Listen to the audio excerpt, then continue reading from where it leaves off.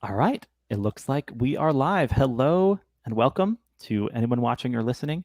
I'm Alexi. I'm going to be emceeing our session here. This is a session of Magical Multiverse Tour Bite Marks Innistrad Howlpack, and this is session 1. Where we're kicking off this series. So I'll first say this game has been organized through the Gauntlet gaming community. Check out everything the Gauntlet is up to at gauntlet-rpg.com or follow the Gauntlet on Twitter at GauntletRPG.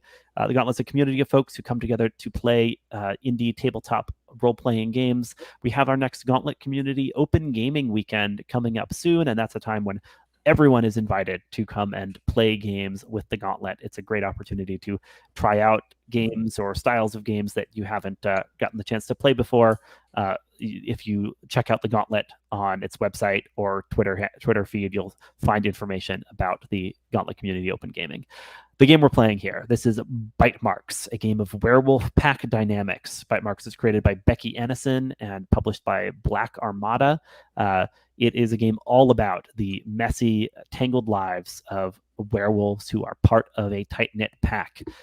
We are playing our game of Bite Marks on Innistrad. Innistrad is a plane from the multiverse of Magic the Gathering. Yes, the card game. So we're gonna be drawing some inspiration from the lore of Magic the Gathering. Now, I've told the players not to worry too much.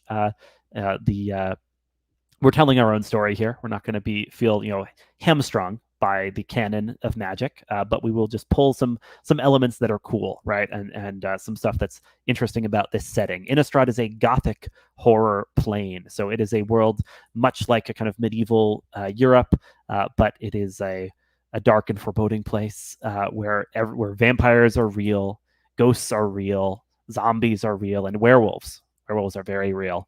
And the humans of the plane are none too happy with any of these supernatural menaces, right? They live in fear, and they band together in angry mobs to try and defend themselves from the things that go bump in the night. As I told the players a little bit about the backstory of Innistrad, so I'll mention briefly here as well.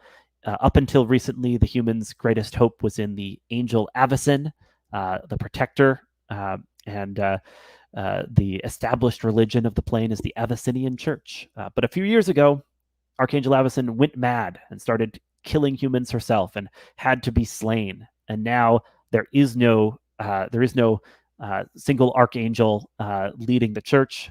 The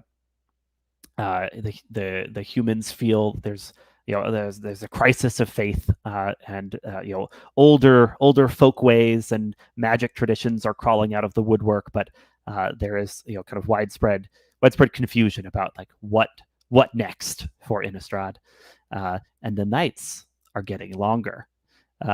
So with that introduction, let's meet our set of players. I'm going to ask my players to just introduce themselves with their name, pronouns if you wish, and an online handle if you so desire. So let's go across in character keeper order. Brandon, will you tell us about yourself first? Hi, I'm Brandon, him. I've been with the Gauntlet for a year and a half now, and I like games with heavy emotional dynamic. So you've come to the right place. Steven, you're up next. Tell us briefly about yourself. Hey there, I'm Steven, he, him. I guess you can find me now at Steven Alligator on Twitter. It's new, with a V. I mostly just am using it to post the reading group actual plays we're doing. And I guess I'll also be posting random thoughts I have about books and how one would go about adapting them for role-playing games. Yeah, that's awesome. Thank you, Steven. Next up, Harry, tell us about yourself. I'm Harry. I'm kind of new to the Gauntlet. It's like my second or third month. And I don't really have too much of an internet presence. So I'm just looking forward to playing werewolves. No worries. That's what we're here to do, right? Play some werewolves. Great to have you, Harry. Last but not least, Kyle. Hi, I'm Kyle, he, they. No real place to find me online. No worries. With our players introduced, I'd love to check in about characters. So each of you has picked out a skin for your werewolf character. You're going to be playing members of this pack. You're picking out a defined role via your playbook here. And maybe I'll go in reverse character keeper order just to hear some of the basics about the character you've created. So Cawle, will you tell me a few things about your werewolf? Yes, I'm playing Alice. She's the Howl, the sort of spiritual leader of the group. Yeah, that's fascinating.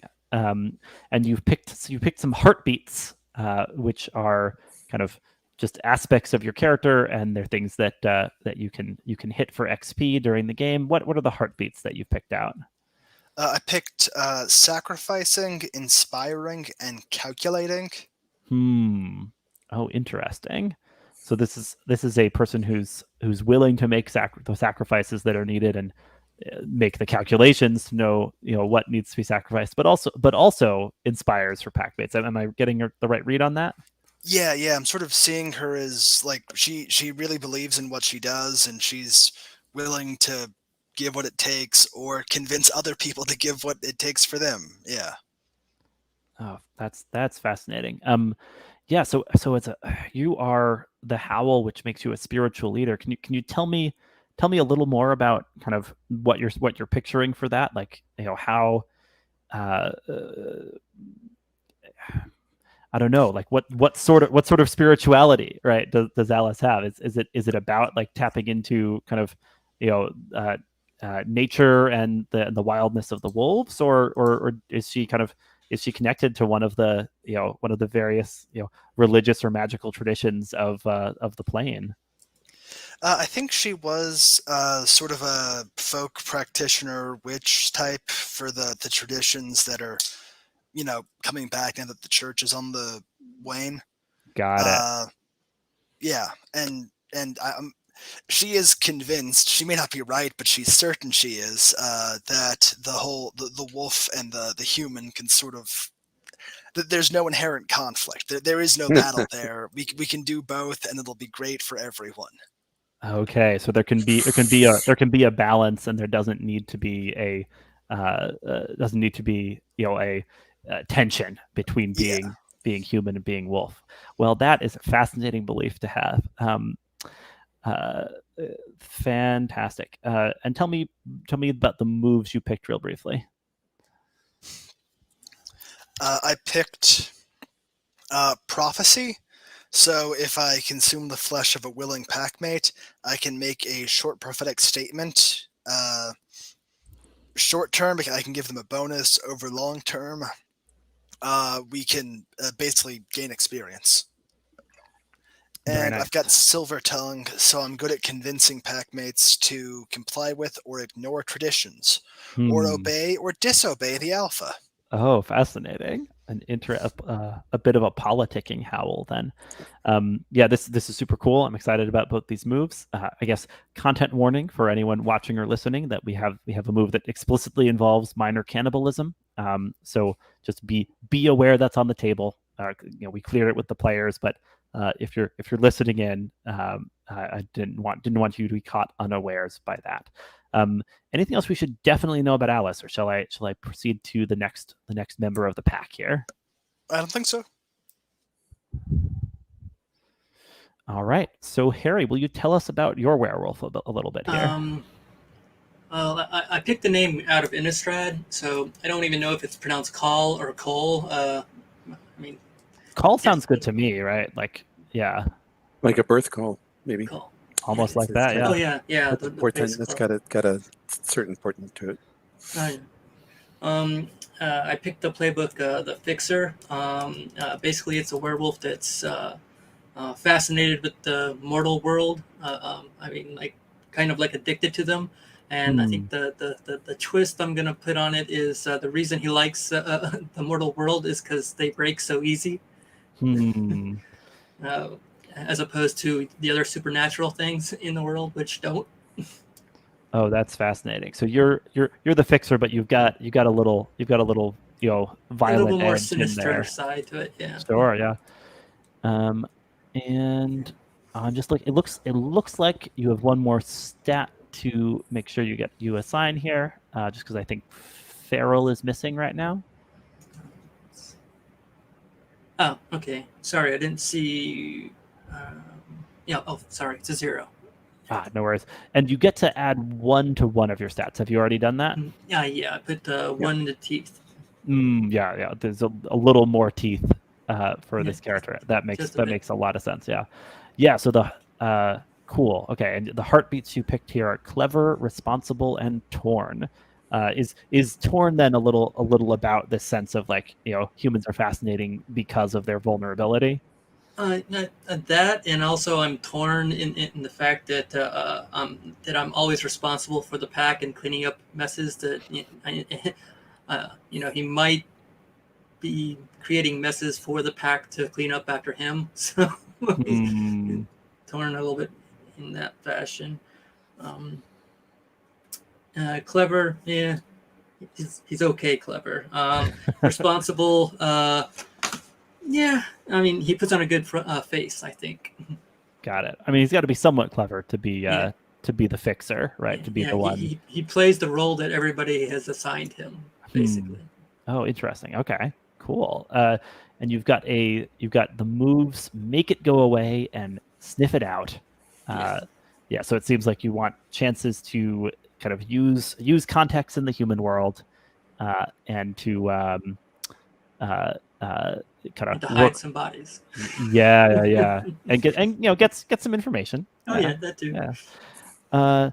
Was there something that asked for you to pick like specialties within the human world? Am I remembering that correctly? Yeah, that was the resources one where you could choose 2 spheres of influence. Okay, cool. That's not one of the moves you picked. Yeah. No. Cool. That is fine. Anything else you should definitely know about Cawle? Well, I think in the pack dynamics, he's probably going to be like lowest on the totem pole. I see. So he's not like well respected as being a fixer. You feel like this is treated as kind of a dirty job, but somebody's got to do it.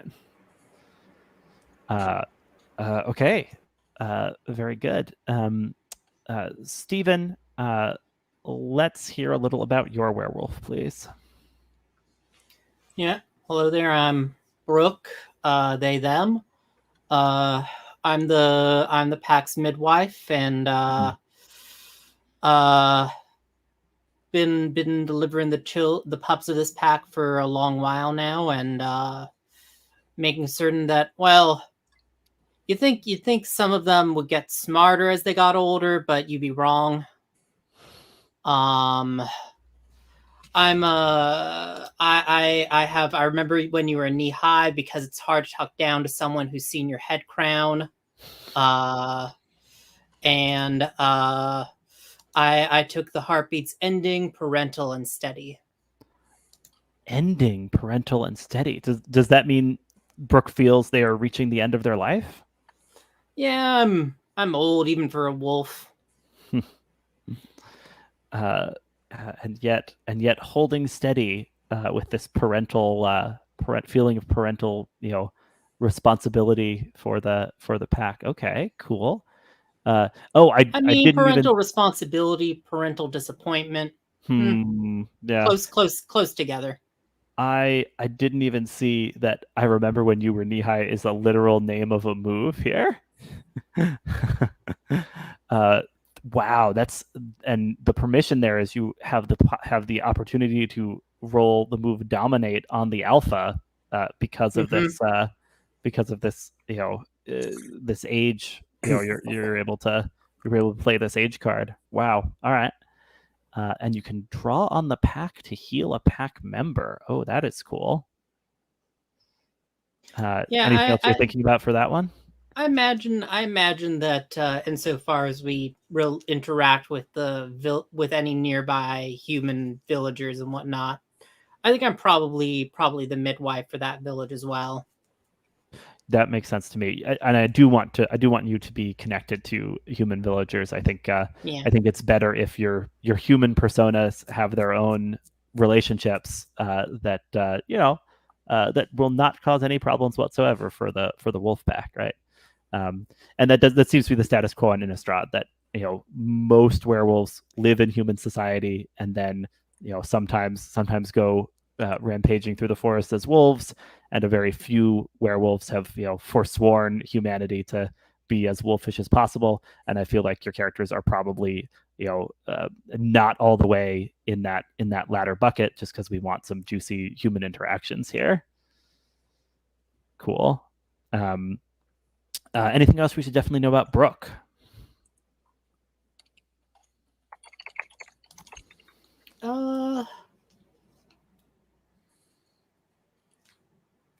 No, I kind of have the idea, and this is just a random thought floating around in my head, that they're like a third gender that are usually midwives, at least in our pack. Oh, interesting. Okay, cool. So this is a part of the tradition, maybe. Yeah. Cool. We will keep that in mind, and we'll also be discussing kind of pack traditions in more depth in a minute. But next, Brandon, will you tell us about your werewolf? Her name is Serafina. She's a she. And she is the alpha of the pack. The alpha. That's right. So you're in charge. She is a rather maternal alpha, but she has a very hard edge when it comes to keeping the pack safe. Yeah, I see these heartbeats: protective, yearning, and hard, which makes sense with that. Her yearning is primarily for the well-being of the pack, which is always a struggle, for the betterment of the pack, which is always a struggle. Yeah. She has a little bit for herself because she has no pack mate. Because she's the alpha, there's kind of a sense that she doesn't have that same like comrade relationship with anyone else. No, she could have. She exiled her pack mate. I see. For transgressing, for repeated and unrepentant transgressing of the traditions. Something I don't know exactly what yet. We'll figure that out. This is actually a question of pack creation, so we'll get there. Yes, no, but that's personal. It's like there was a pack mate. That pack mate was either left or was required to leave. Yeah, yeah, and just on terminology, the game kind of usually refers to everyone in the pack as pack mates, but it sounds like this was a mate, right? This was a mate. Yes, this is the father of my cubs. Okay, yeah. And he has been exiled for repeated transgressions, and thus you are left yearning. I love this. I put him in the NPC tab. And nice. that the woman in the picture is Serafina. That's what she looks like when she's not a wolf. Yes. There we go. Oh, I should just share our character keeper for anyone who's watching along and is wondering about the wonderful pictures that our players have found for these characters. So Serafina, tell me about the moves that you have.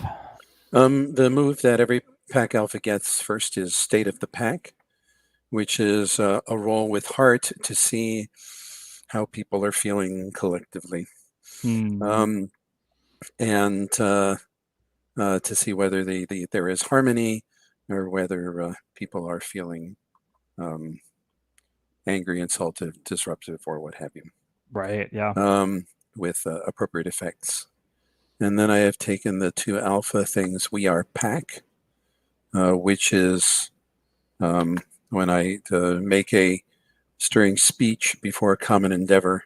Nice. I can tell the pack and either get a big bonus or a big penalty, depending upon whether people are willing to go along, or someone puts a foot otherwise.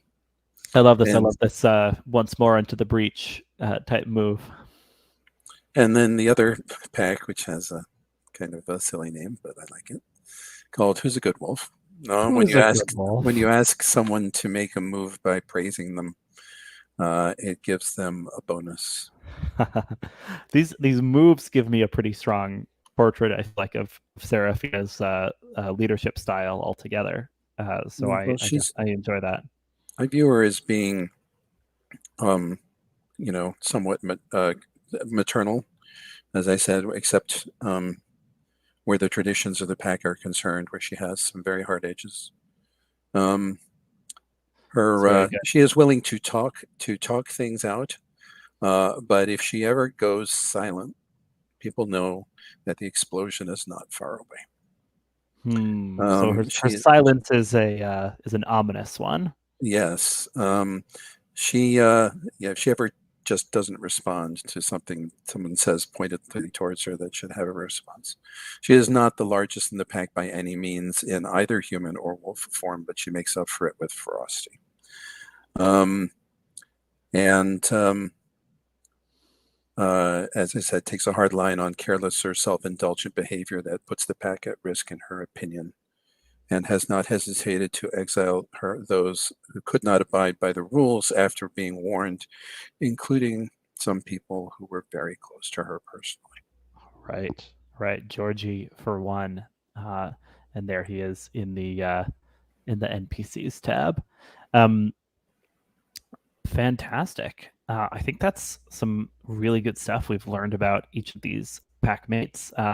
We're next going to turn to making the pack, and I'm inclined to do a little of this pack creation and then take our first break, and we'll come back to complete things with the relationships after that break. Does that sound all right to folks? All right. So a little pack creation next. So the book, right, Bite Marks, wants us to take a look at a couple different things, at aspects of pack culture, at pack traditions, and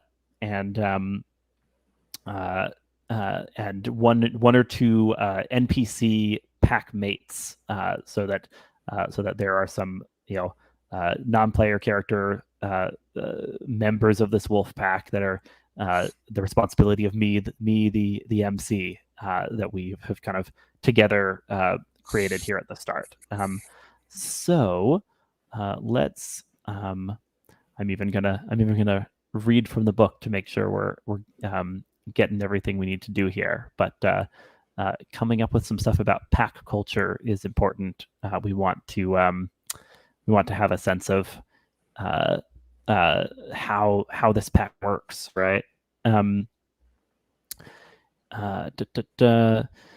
say it says we should agree on 5 items of slang, which our werewolves share. So it's kind of things like what do our werewolves call werewolves in this world, right? Like do we just say werewolves, or do we have some nickname or alternate way? And are there specific insults for people that we feel are not living up to werewolfhood?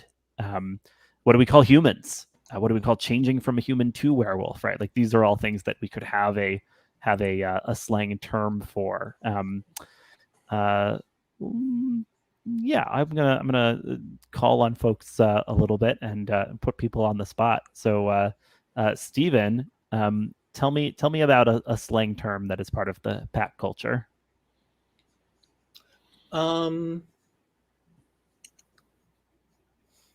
Yeah, I think that like I have a couple, so I'm just kind of thinking through here. I'll throw out one, which is I think sheepskin for wolves that decide to hide among humans rather than living with a pack. Like a wolf in sheep's clothing. Yeah. I like that. How do people are people into that sheepskin as a kind of, it's an insult, or like Yeah, it I think sounds like probably an probably. insult. Yeah. So for a wolf who's forgotten, who's denying the wolf too much, like trying to be too much of Yeah. a part of the flock. Cool. Um, uh, mm, Kyle, do you have a bit of werewolf slang or werewolf terminology you want to put forward for the pack?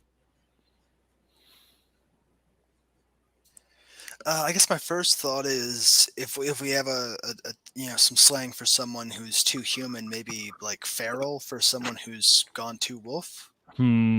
Just a thought. I like that. I like the idea that there is a balance that's and that people can like yell these insults back and forth at each other if they have a big difference of opinion about what constitutes too human or too wolfish. So feral is what you call someone who's gone too far.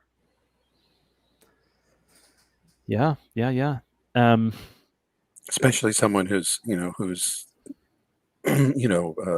loner. Or it might imply someone being a loner or not willing to abide by pack culture, etc. Right, absolutely. Because in some ways, the pack itself is a midway point between wolfdom and humanity.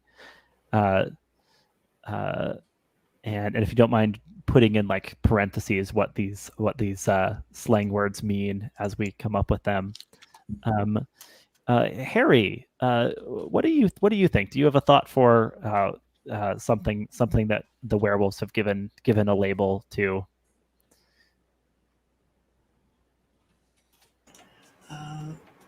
Thinking for the name of our own kind, just Kine, Kine. Oh, kind.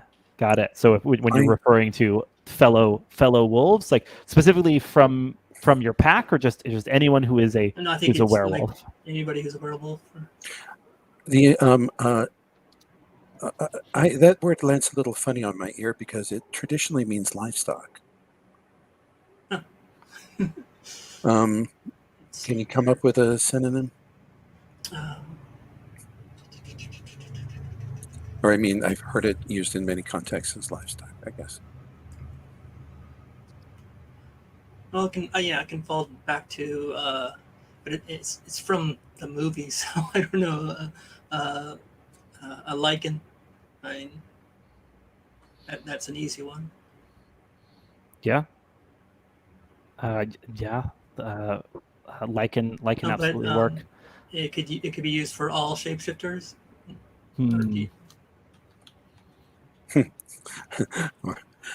I guess although we should have it's a cool term. Although we should have a word that we use when we are talking where somebody might overhear. What about And it could be just something like folk. I was going to say kindred. There we go. Just kind of riff, maybe trying to riff on kind there. Harry, does that sound all right as a evolution of that? Yeah. No, I can work with that definitely. Yeah. Only thing that it jumps out at me as vampire, but it's good. I can work with it. Okay. Yeah. We're building our own mythology here. Cool. And a concept we haven't named yet is the transformation, right? Either just like a generic transformation, or the first time you go from human to werewolf form. So I wonder if someone's got a thought for that as a slang term our pack might use. Becoming That's the transformation, or is that all transformations, or just the first time? I don't know. Just a word that came to mind. Yeah. What do people think? Or does somebody have a better word? Yeah, becoming I like. I also just maybe as not even to replace, but as an addition, I do like the idea if because our Howl sort of brought up the idea of the balance as something that's important to them, and I'm wondering if that's an idea in larger wolf culture. Like maybe that's what we call when you reach out with your wolf senses, is like feeling the balance or something. Ooh, I'm very into that, and Or and I think that's probably something that not every pack agrees on, right? Like I feel like feeling the balance is like a very particular interpretation of this, and you might, if you encounter other werewolves out in the world, they might have a very different take on that. Does that sound okay? sure. I have a couple of terms I'd like to put in. Are we restricted to 5? Go ahead and share what you're thinking. And Well, the one that I definitely wanted, we don't have a term for humans. Yeah, what do you and call we need a humans? derogatory term for humans, and so I'd like to put grass eaters. Oof. Oh man, those poor grass eaters. And sometimes humans may be more literally reduced to that, but it sounds like it mostly refers to them being like, more domesticated and cattle-like than the wolves. They. I also think that I also wonder whether werewolves tend to be more carnivorous than not. Even when they're in the human form. Yes, even when they're in human form. So the idea of someone subsisting on tomatoes and wheat or something like that is just odd. I mean, Yeah. I suppose it would keep you from dying, but would it be a life that anyone would actually want? I also another spin on kindred that I thought of, which perhaps what people can use if they feel like it, is moonkin. Maybe that's the more formal term. Like that feels like less the one you'd use if you're worried about being overheard, but maybe Yes. the one you use in like more personal settings. Yeah, well, no, it may in fact be a formal term. It may be a religious term. Oh, well, Alice. That's up to Alice to decide. Yeah, you're the Howl. Do you like moonkin as a religious term for the werewolf kind? Yeah, that sounds cool. Because we didn't have any references to moon, and I thought there should be something in there. There really should be, and I will say, kind of by the way, that Innistrad's moon has undergone some strange changes recently, and so as werewolves who are attuned to it, you probably have been feeling something different in your transformations recently, just as a reference to broader Innistrad lore. Cool. So we got the sheepskins, the ferals, the kindred, or more formally the moonkin. Grass eaters are humans. Feeling the balance is reaching out with your werewolf senses. The becoming is the transformation into wolf form. And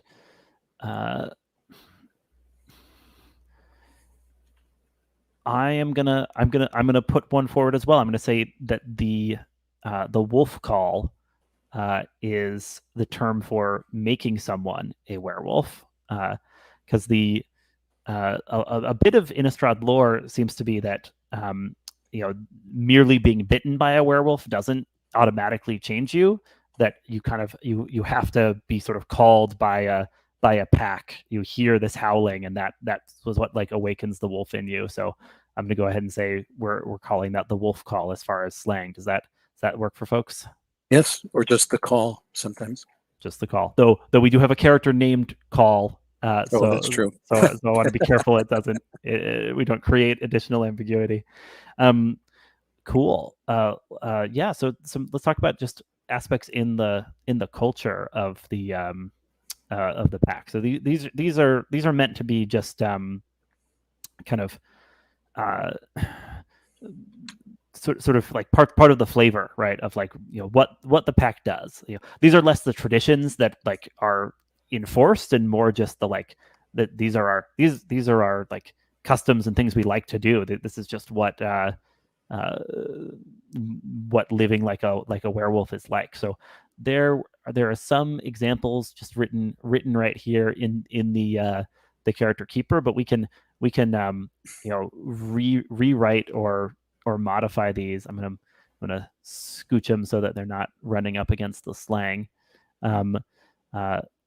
Right, like so, like the book has a number of suggestions, and some were pre-populated in this character keeper, but like we can talk about which of these do we like, which of these do we want to shift around. What if anything do we how do we want to interpret things like there being a dress code or there being taboos, right? Like yeah, let's go to the Greypelt, right? Stephen, you have Brooke has experienced these customs for longer than anyone. Do you want to highlight one of these pieces of pack culture and flesh it out?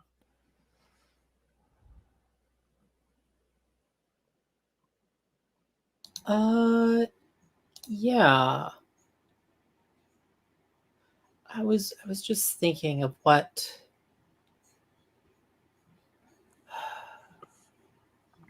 So, I guess what do we imagine as what kind of place is our pack in?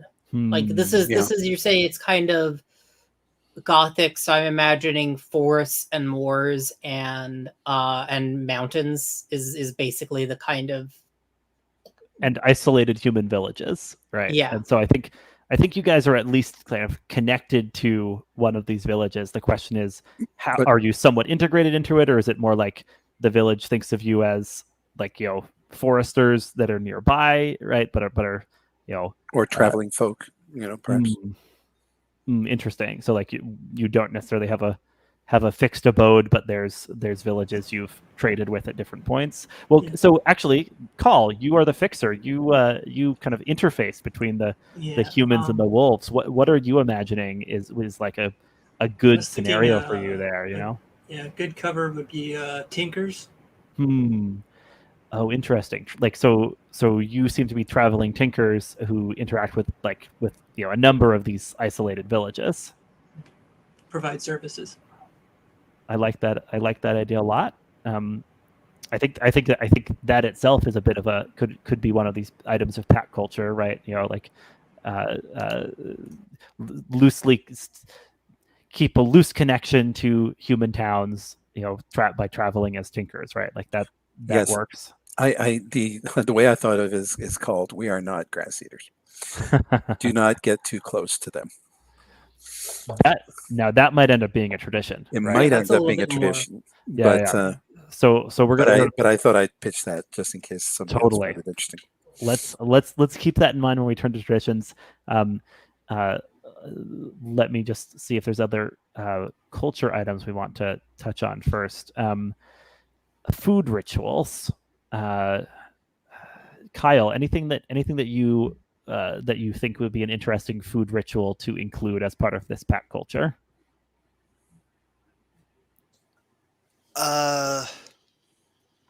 Maybe like never eat raw meat as a human, only eat raw meat as a wolf. Ooh, like so creating this real strong distinction there. Does that sound all right to folks? Nice. Yeah, add that right in. I'm wondering, I was kind of thinking of what a kind of suitably sort of weird taboo might be. And maybe if this is interesting to folks, never call places by their name. Instead, we just call them by the village by the river. Or the forest with the dead tree. Oh, fascinating. Just sort of a real descriptive rather than kind of nominative approach to things. It's a fascinating taboo. Is the thought that it calls down some sort of ill luck to try and give a name to a place? And this isn't a hard tradition. So even if this is more a bit of culture, it's not a tradition that would cause you to be cast out of the of the pack. Right. It's just about what's habitually done. I like it if other folks like it.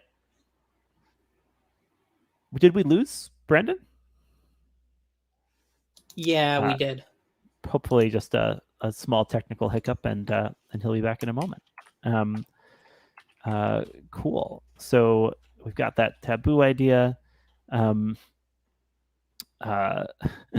What do we think about this thought that like look at the floor when admonished by the alpha is a custom?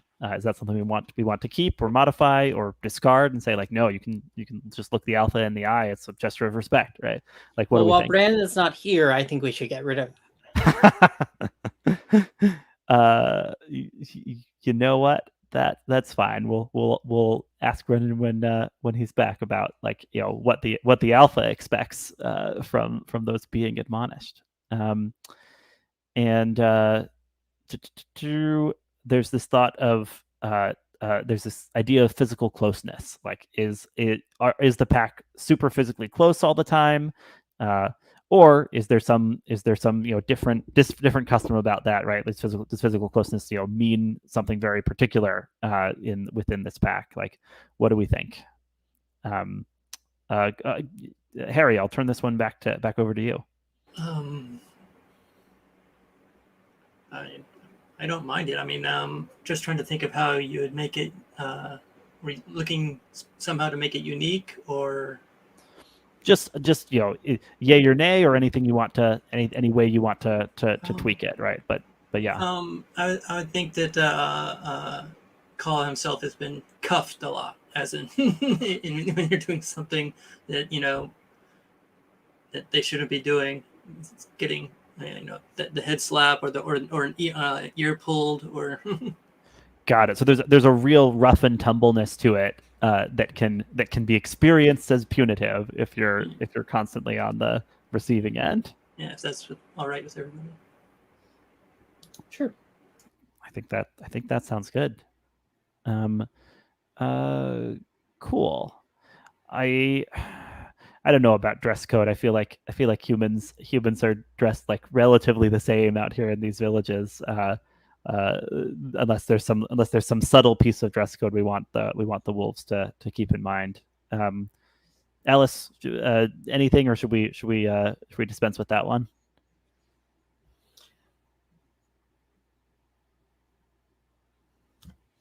I mean, as a thought, Alice, I'm curious: is there a sign of our faith that we disguise as signs of the church? Oh. Huh. That sounds really cool. I don't know the church's signs well enough to propose how we could do that. The main sign of the church is a collar. Just throwing that out there.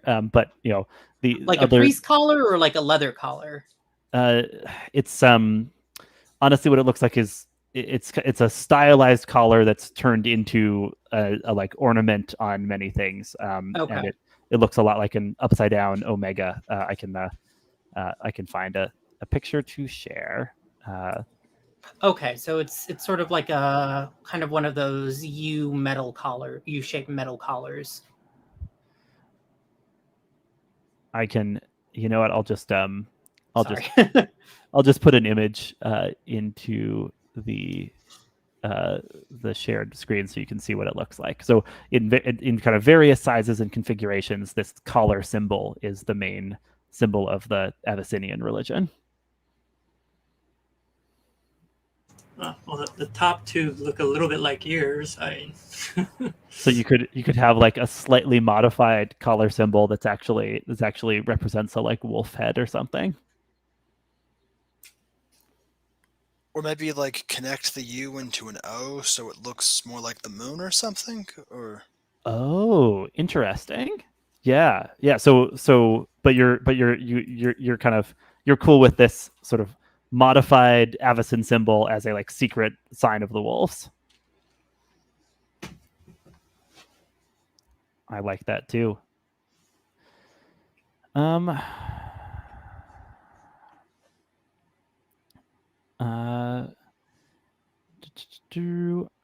Yeah. So Jot, if Stephen, if you don't mind jotting down your, there we go. we had a brief discussion of some of these other custom things, Brandon. What I want to ask you, is customarily, what does the alpha expect from packmates that are being admonished? Well, I had something, and you can tell me. I don't think this rises to the level of a tradition, because the traditions are big deals, right? Yeah. And it's so if this is too strong, then I'll pick something along the lines of what you just asked. But that there is and there are words that we typically use, like, ask pardon. I think you cut out for just a moment there, and I missed Oh. what happened before the words that were used. Words like ask pardon or cry pardon or something like that. So this sort of slightly ritualized phrases that are used when the alpha is giving orders or admonishment. Is that the thought? Yeah, they are. Yeah, this one. There are ritualized phrases that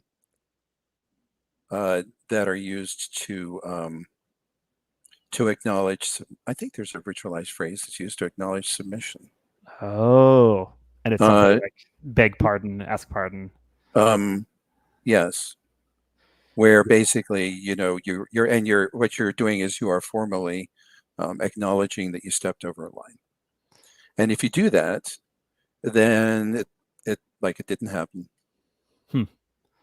I mean, people will remember, but it's not supposed to be held against you. I like that. Does that sound all right to other folks? That's kind of part of this part of the set of customs here. So what was the actual phrase? So I'm gonna borrow something from Stephen King because I like the sound of it, and say cry pardon. Cry pardon. Got it. Which is the formal way to say I didn't mean that. And everyone kind of knows what it means when a member of the pack says that. Yeah, it would be basically it is people say what they think in a werewolf pack.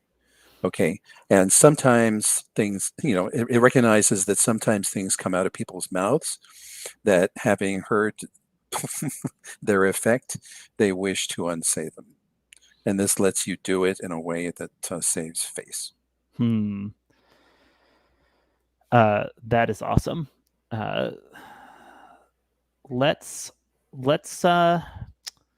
Let's just get some names out there for NPC packmates. Actually, I want to make sure we have some of them in the mix as we start setting up these traditions. So Serafina had said she was not the biggest of the pack, right? That she's alpha for kind of because she's ferocious, because she's taken this responsibility for everyone. So my big question is, who is the biggest? Alice, who is the muscle of this pack, and can we give them a name?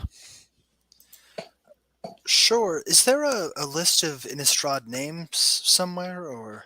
In the resources tab, I give a link to a spot where you can find some. It's basically a list of kind of characters who are named on Innistrad cards, but aren't like necessarily major legendary figures, right? Just kind of and these can be inspirations, and you can remix them, right? But just to give us a sense of what Innistrad names sometimes sound like. Great. I'll drop that into the chat too to make it. A lot of them are Germanic or Celtic, but yeah, totally. That's Innistrad's got a big kind of Central European feel to it. How about Rena is the muscle of the group? All right. And what pronouns are you thinking there? She, her. Rena, she, her is the muscle. And Cawle, what did Rena most recently get in trouble for in the human village you visited? Um, Maybe she got too drunk one night and in a fight with the some of the locals, went a little bit too far, broke an arm or two. It was all fun and games until somebody unleashes a little too much werewolf strength. Yeah, and presumably that was something that you got called in to smooth over. Yeah. Definitely had to talk to the village elder or something like that. Maybe had to pay reparation. Oh yeah. Grease some palms to make it all go away. Brooke, what is most lovable about Rena? Oh, sorry, Stephen is stepping away for a moment, so I can give that to our alpha. Serafina, what's most lovable about Rena? A complete joie de vivre. Rena is full of life, and just full of juice and always ready to take on a challenge. Yeah, that's very lovable and never going to cause any problems. Nope. Let's get one more NPC pack mate. Brooke, you're back now. Oh, yep. Give me a name, if you will, for the youngest and least experienced wolf in the pack. I mean, I want to say Cawle, but No, an NPC. I know. Let me go over here to this side as well.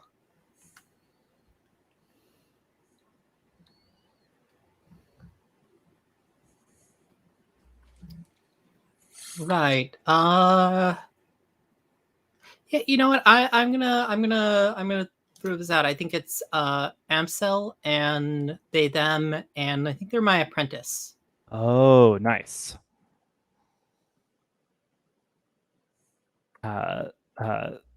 Excellent. Did you say Ansel, Ansel, basically? There we go. With an M. With an M. That's what I misheard. Cool. Alice, what makes you nervous about Amsel, the young apprentice to Brooke? I think they've been a little careless, like with keeping things secret. Like maybe talking a little bit too bluntly, a little too loudly among other people or non-wolves. Sheepskins, or no, sorry, Yeah, grass eaters. Yeah, grass eaters. Yeah.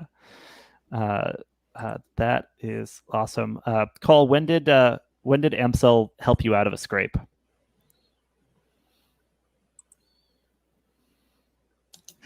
Oh, sorry. Right, Cawle. Sorry, never mind. Yeah. No worries. I think they might have stood up for me when I've made one of my many missteps with the rest of the pack, and showed kindness to me, and brought me back, something along those lines. Yeah, that's awesome. So you feel you really owe them one. Yeah. That is music to my ears. I will make sure these are all in our NPCs tab, but with some NPCs now part of the mix. Maybe we've reached the point where we should take a break, and when we come back from the break, we will put our pack traditions in place. Does that sound all right? All right. So let's take a 10-minute break here. We've done lots of good stuff so far, but let's come back at quarter of the hour after taking 10. All right. See you all soon.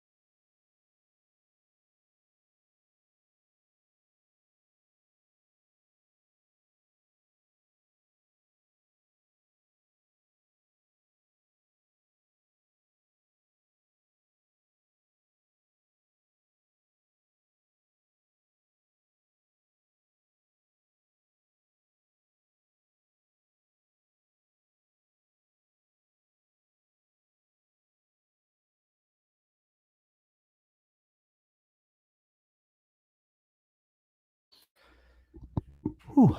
All right. Is everybody back? We'll wait a moment.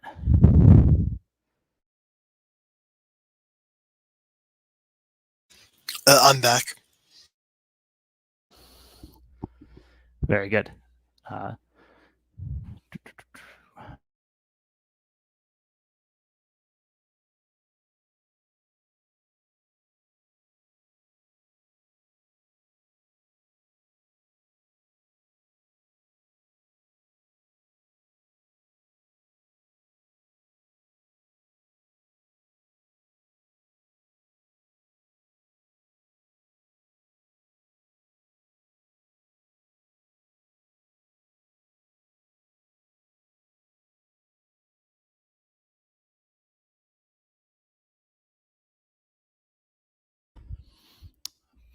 Just popping our NPCs tab into the stream so that if anyone's watching along in the video and is like, I wonder what cool pictures have been chosen for these NPCs that have gotten names so far, they can be seen there.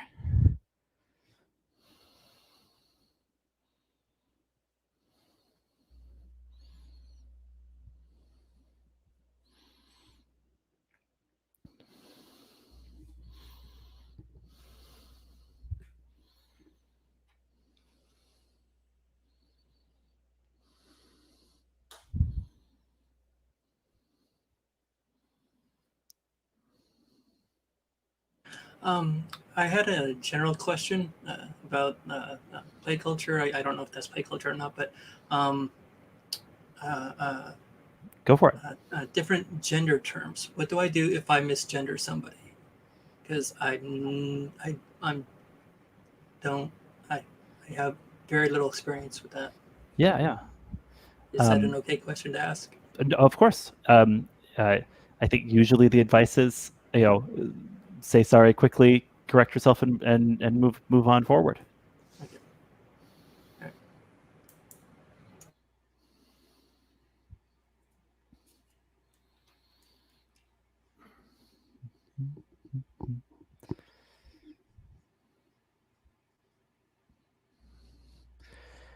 All right. We are next up going to be building some traditions here. So I'll just read you this that amuses me in the book for bite marks about traditions. It says, these are rules which are intended to never be broken. So come up with things that would be really cool and dramatic to break, because someone is going to break one of these at some point. So the traditions are stronger than these customs. These are sort of the unwritten law of the wolf pack. Big deal things, and then the breaking of traditions, or traditions that have been secretly broken and someone's keeping your secret for you, are a big deal here. Welcome back. Brennan, we are turning now to traditions and getting some traditions in place for the pack. So these are the things that bind everyone together, things that people have sacrificed things to uphold these rules, and they've become a part of their identity. And they should be things that can put you under pressure, right? So there are some examples in the book. I might just read them out to get the gears turning, and then we can think about like what sort of traditions exist for our pack in particular, right? So in the book, a couple examples that are given are: no one may create a new werewolf without the alpha's permission. Alternately, only the alpha may create a new werewolf. Relationships with humans must be disposable. When a pack member needs help, you must give it. Any human who discovers the secret of werewolves must be killed. Now, that isn't exactly an Innistrad fitting one. It would have to be something like anyone who discovers our secret that we are werewolves, right? Because the existence of werewolves is something people know about, and people have various superstitions already about, right? Never kill another werewolf. Never hunt a human. No mating outside the pack. Never eat another werewolf. never lose control of the wolf, right? And so these are those are all possible traditions, but there's other ones we could come up with that are along these lines, right? As like some kind of key prohibition or requirement that the pack has upheld, and that there's potential for drama in the breaking of. Let's see.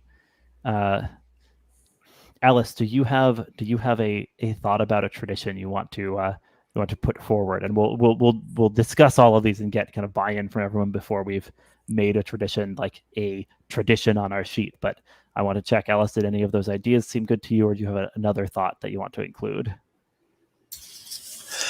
A lot of them seem good. It's pick your favorite child. Bobby. Do we? Bobby's your favorite. That's one question I'm wondering about. Is like, as a pack, are we trying to hide? Are we trying to is our plan to be like keep the humans from realizing that there's a werewolf pack out here, or is it to like make clear, stay out of this specific area and you're fine, or is it just like no, we're gonna terrorize everyone and like rule the night? What's our game plan? I think you're not terrorizing everyone and ruling the night, at least at present. Just because we do want you to have like real connections with humans, right? I guess that's kind of a question about like tactics, though. Is secrecy the key thing, or are you okay with people knowing there are werewolves out here as long as they don't connect them with your human forms when you roll into town as tinkers? Serafina, what's your instinct on that? In terms of secrecy, I think Innistrad requires a level of secrecy, right? Yeah. Because people are sure there are werewolves. That's an undeniable fact. I think it's unavoidable that our ability to have relationships with anybody in normal human communities would be impossible if they knew we were werewolves. Yeah. So I'm not even sure that's a pack tradition. I think that's almost compelled by the world. Sure, but the question is, should there be some kind of, is there a tradition that's part of upholding that? Like, any human who knows our secret must be killed, or any human who knows our secret must be made one of us, right? Like, there's the possibility for something there. I like the first one. I think is the best one. Which any is, human who knows our secret must be killed. Yes. Yeah. Does that work for our pack as a tradition? Remember that just because it's that like, because it's a tradition, we're now interested in what it means when someone breaks it, but we know it's there, and like everyone in the pack kind of understands how binding it is on the pack. Any human who knows our secret must be killed. It's a good one, right? Like I think it's a nice, strong tradition to be faced with. All right. Cawle. Is there another tradition or kind of direction here among these traditions that you're interested in exploring? The question I have is what is our pack's relationship with wolf kind, not werewolves, but other wolves, like normal wolves? Yeah. Just basically mundane wolves that don't transform. Do you consider them to be like us, or do you want to have a slightly antagonistic relationship with them, and maybe put a tradition there somewhere? I was maybe going to suggest something like then violations of our territory must be repaid. Oh, and that would apply not only to other werewolves, but to normal wolves, or to humans who are who are trying to expand too much, or any of the other weird supernatural bullshit there is in this world. Any of the other stuff. Yeah. What do people think about that kind of territorial imperative? I'd like to even toss something on top of that fire to see if people like it. that it maybe in fact when we establish a territory, which maybe has been moved from time to time, that there's a little construction there like a cairn or a whiter, or basically a sacred site is created in the center of it. And so it's not just, it's not just that, okay, this patch of woods is ours, but rather we have made it ours ritually. I'm pretty into that. Alice, as the Howl, what kind of marks out this cairn at the center of territory as a sacred site? Like how can werewolves tell that that's what it is? I think it's just been a burial ground for werewolves for longer than anyone can remember. So it smells like death. And it's a connection to the past, right? Yeah. So which is huge. It's sort of, there's a little ancestor worship element maybe in there somewhere, or at least like honoring, calling on their spirits somehow. Yeah. I mean, even if only by words, maybe they never answer, but you still invoke them. That would be cool. I like this. Let's see, any other tradition we want to put in here, right? Is there? I'd like to have a tradition regarding the creation of werewolves. Yeah, something about that's a super touchy. Got to be a super touchy set. Sure, yeah, something about when that's allowed or who's allowed to do that. Brooke, any suggestion about that?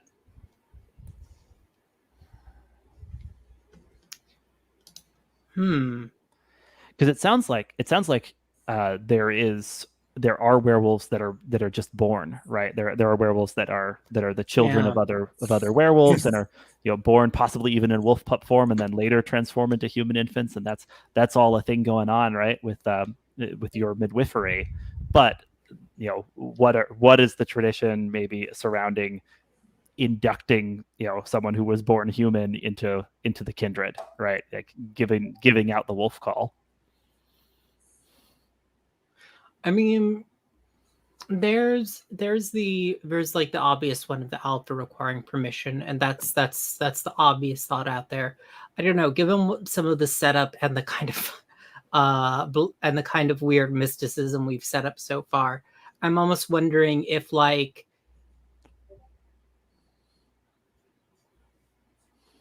to induct a new werewolf, an elder wolf has to be slain first.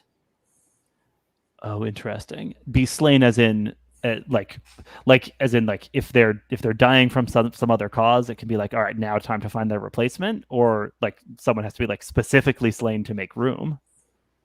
Yeah, the latter. Okay, interesting. So a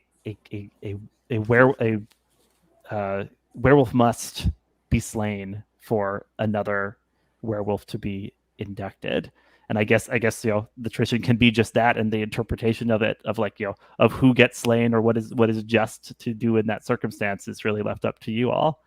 Do we like this one? Folks? Do we like this thing? I like it.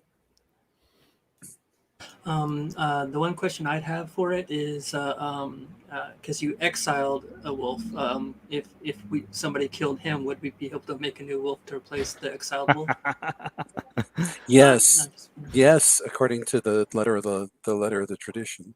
But it doesn't mean a werewolf of the pack has to be killed. Right. A werewolf has to be killed. The idea, but everyone knows that Serafina would have some sort of feelings about someone doing this. Yeah. No. I mean, if we found another werewolf pack or a loner or something like that, then then they might provide the sacrifice to bring in a new werewolf. Yeah, I'm actually wondering, going back to this, is Amden the did your old mate create Amden and then without slaying a werewolf? And so technically you should have slayed them, but it was actually this act exiling them was the act of mercy here. Wow. Are we? This is an interesting thought about kind of and it's tying Amsel's origin to I'm still right. to the Amsel. exile of Georgie. Serafina, what do you think? This is a big. This is tying right into the Yes. questions we're about to answer for your relationship stuff. I think so. Yeah. Okay. Yeah. So in fact, But I with the second one, our violation of arbitrary one must be repaid. I'd like to, if people enjoy that, I would like to make that a little stronger. As I said, that our territory is sacred, not just it has to be repaid. It is a violation of our contract with our forebears. Not to. Maybe we can add that as our violation is sacred. Dash any violation must be repaid. Sure, absolutely. Our territory is sacred, and it's because of this like ancestral. And this is a big thing on Innistrad for everybody. Actually, like the humans are kind of obsessed with keeping their dead safely buried, also because there's so many forces in Innistrad that might want to, summon up their geists or turn them into zombies. The humans celebrate the anniversaries of the deaths of their loved ones, as long as their loved ones have not been kind of disinterred by evil forces. They have a celebration of their blessed sleep. So it makes sense that the werewolves would have a similar kind of degree of respect for the remains of their forebears. The ultimate horror is a reanimated werewolf, I think, for us. Yeah. That's just like it's something that you terrorize children with when they're being really, really bad. Yeah. Okay, so we started hinting at some of the answers to these tradition questions. Which NPC was banished from the pack for violating a tradition, and what happened? It sounds like Georgie was banished for violating a tradition, which is itself like a lighter punishment than the tradition ought to require. Do we? Well, I think it wasn't that. I'd like to modify it slightly. Sure. Okay. Yeah. Tell me what which is that Georgie. Georgie. Cool. Georgie was supposed. I think Georgie was supposed to kill the other werewolf, and hurt them, but allowed them to escape out of sympathy. And that was a violation because the other it had been arranged that this one would die in order that a new blood be brought in. Got it. I see. So Georgie wouldn't follow through, and then some might argue that his life should have been forfeit, and instead Serafina exiled him. Yes. Killing him would have been an appropriate punishment. I love it. I think that nicely answers the. And maybe it's even ambiguous as to whether he managed to flee before he was killed, or whether Serafina tipped him off. Basically, maybe maybe some people in the pack who are, whisper that she was too attached to her troublesome mate. To her mate. Yeah. Okay, they don't say that out loud in front of anywhere where she might hear. There's some juicy stuff there. Jot down, if you don't mind, the basics in the pack traditions thing there. Here's the next question: which player character has secretly violated a tradition? So someone among you has secretly violated one of these traditions. It's an easy one for to tie Cawle to, which is there's at least one human out there that knows that I'm a werewolf. Oh, is that on purpose or because? Probably on purpose. Okay. So you've told the truth that you aren't supposed to tell to a human. Yeah. Okay. Well, tell me about this human. What is their deal? I think it's probably someone that he thinks he's actually in love with, Yeah. And That makes sense. and I guess that can tie into his torn thing of whether he's going to make a break from the pack or not. I mean, Yeah. and I'll probably get pressure from her whether or not, because he's kind of jealous of humans. I mean, but he's got a soft spot for one. Tell me her name when you've got it.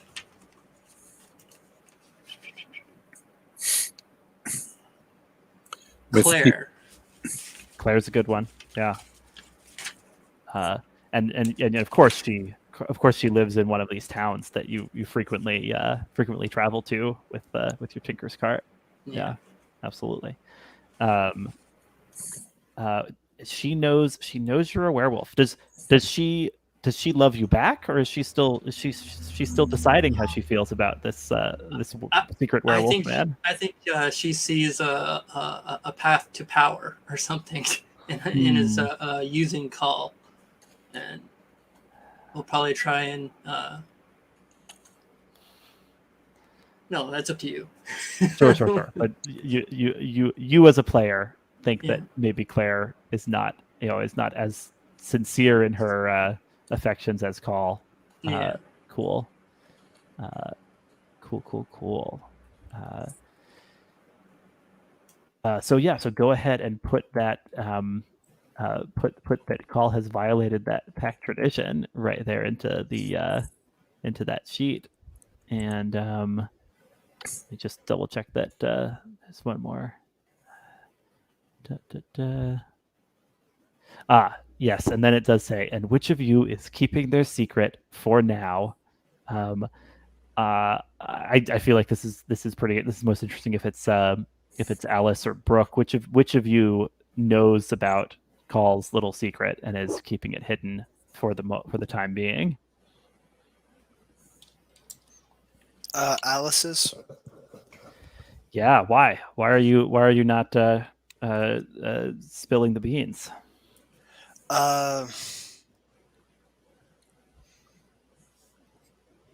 Alice doesn't think it's a great rule. So tradition. You don't love this tradition after you aren't thrilled about this tradition in the first place. Yeah. I mean, there are a bunch of people Alice would tell too. Yeah. Though she hasn't, because she's afraid of the consequences. Yes. Yeah. Is this something where Cawle confided in Alice, or something where Alice discovered it independently and is just keeping it under wraps? I think Alice discovered it independently, and I don't think even Cawle knows that. That was going to be my follow-up question. So Cawle doesn't know that Alice knows. Beautiful. I'm totally into that. All right, we have made some nice picks for our pack culture and pack traditions. When you get an idle moment, take a look at those pack moves, just so you have a sense of what sort of powerful things you can do when you fill up the pack pool. But the next step is relationships, and I think we've managed to start hinting at some of these, so hopefully we can do these with somewhat with some speed. Brandon, tell us about Serafina's relationship question. It's under pack mates on the character keeper. Yes. So I think it's established. Whom did I banish from the pack? We know who you banished. We know what reason you gave. Which packmate resents you for it? Oh, and that could be either because they had some loyalty to Yorgi, or because they think you were too soft on. Correct. Yeah. Who wants to resent it?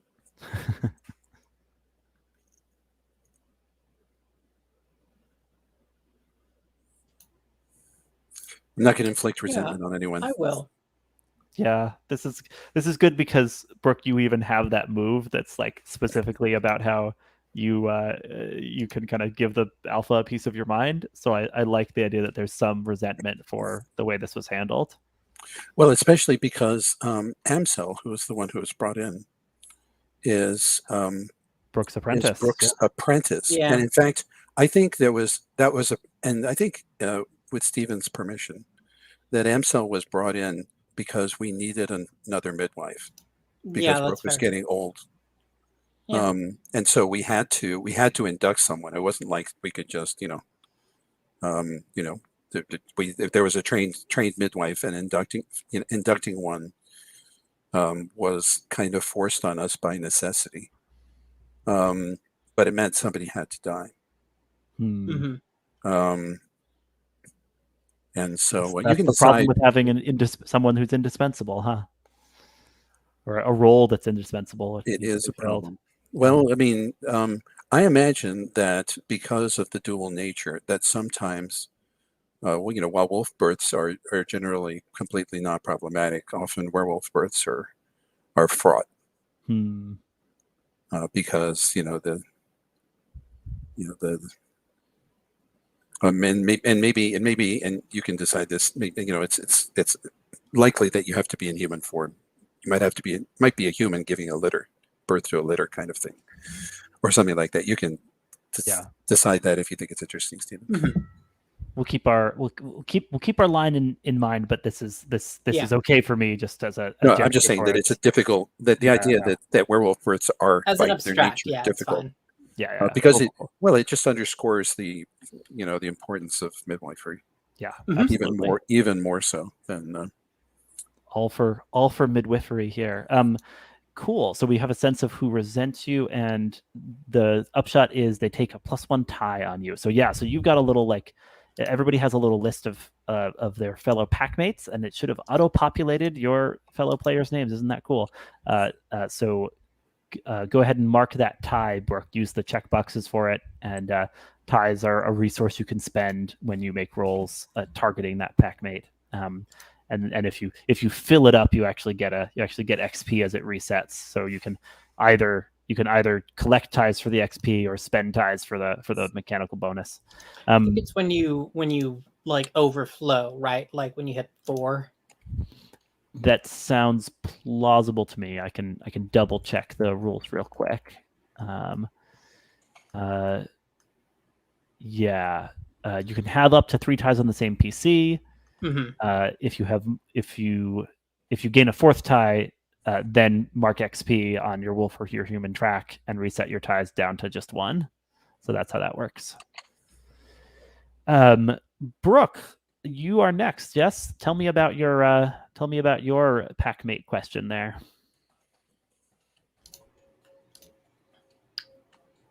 Let me see here. Greypelt.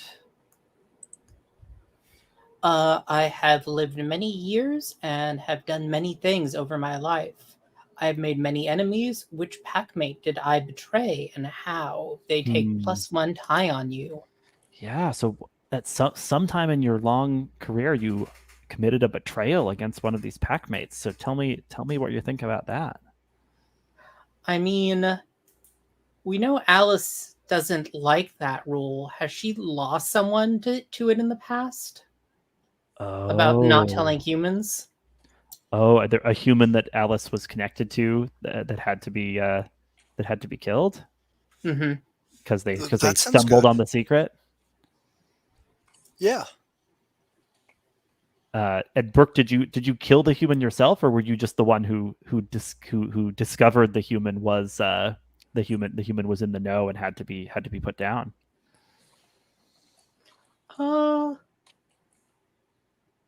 I think that's like actually Brooke's unstated second job. I see. As the cleanup. Mm-hmm. Yeah, Alice, tell me just a little about who that human was to you. Probably an old friend from like my hedge witch days.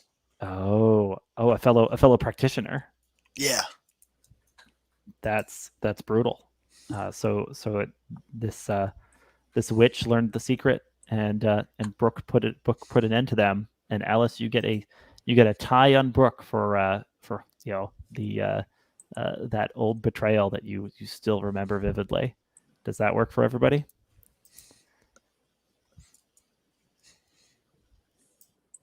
Cawle, you're next, and we get to hear your packmate question.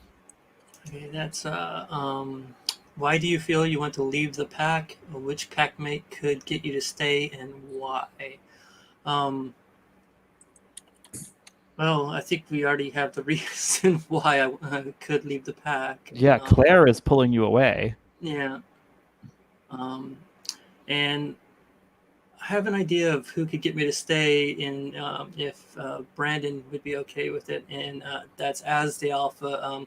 I think Cawle has been probably, I guess, made the most mistakes, and has been disciplined so much that he's a little bit like kowtowed. I mean, not kowtowed, or Cowed, basically. Yeah. Right. Yes, absolutely. You're just you're just. I see. So the packmate who gets you to stay is basically the alpha by exercising her authority. Yeah, if puts the foot down or whatever, and probably actually if it finds out and goes and kills her.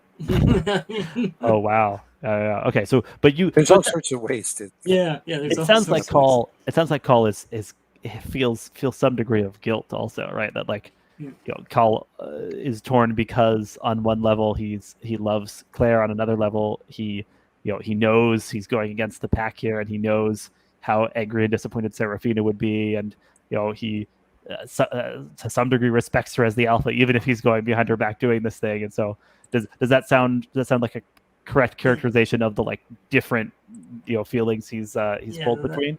That sounds pretty right on. Yeah. Nice. So that gives you, Serafina, a tie on Cawle. Last but not least, Alice, tell me about your packmate question here. It predicted someone would die, and they did. Who were they? How did they die? And which packmate cannot forgive me for not saving them? Well, that's an interesting question. Yes. Who have we established as already having died? No one yet. Yeah, because Albrecht was wounded but not killed, and he's not part of the pack anymore either. Has he slunk away, or is he still around? I don't know. We haven't decided what happened to Albrecht. I just thought I'd put a name since we. Yeah, I think we haven't established anyone who's died yet, or any wolves, any kindred who've died yet. We've established two former packmates who are not necessarily doing the pack, doing the whole pack thing very much anymore. And this sounds like it's probably somebody who died, from illness or human action or something. Yeah, I mean, yeah, you're right. It doesn't sound particularly like a person who was executed by the pack. Sure. In that case, let's see. Don't think I have a connection to Serafina yet. Yes. Is there? Let's see. We already know your mate is alive. Is there someone else important to you who could have died? A family member? Absolutely. Yeah, I've had 2 litters of pups. Oh. So yes, my golden-eyed favorite, who I will call Lilith,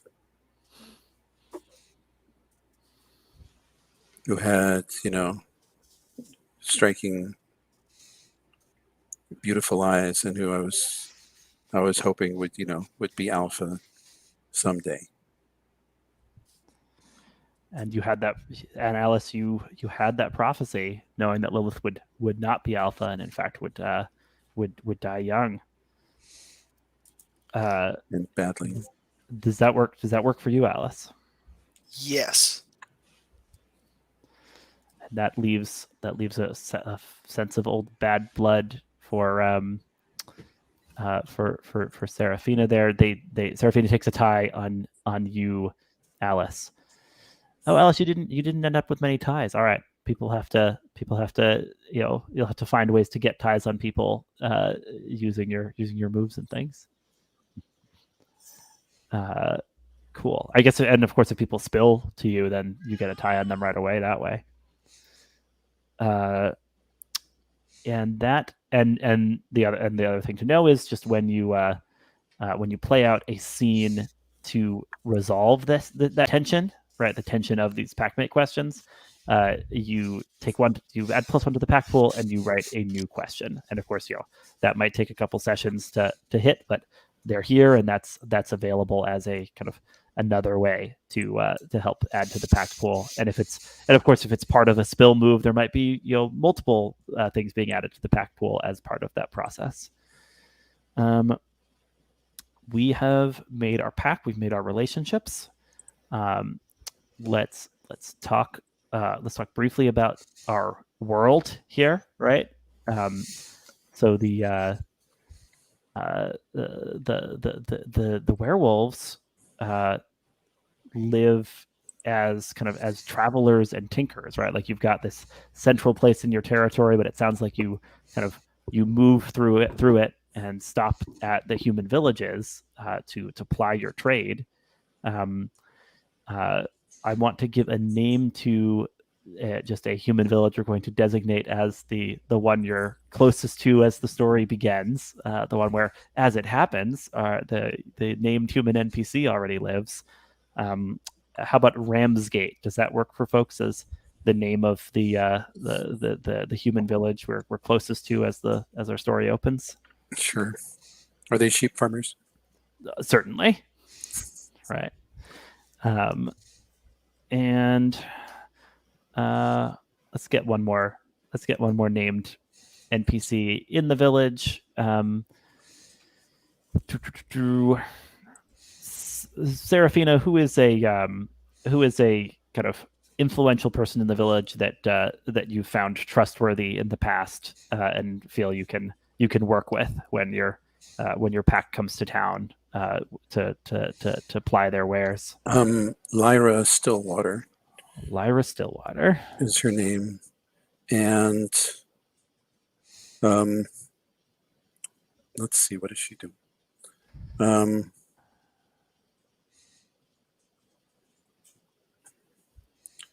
She's I think she's a wise woman in the herbalist sense of the word. Got it.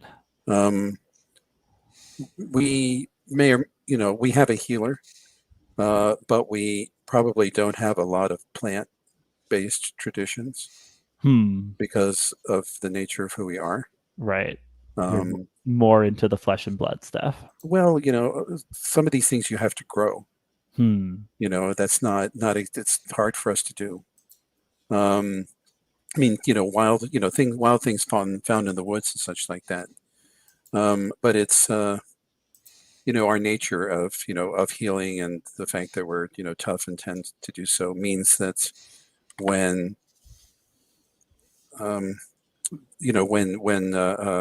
unusual sicknesses and such like that happen, it's good to have knowledge outside.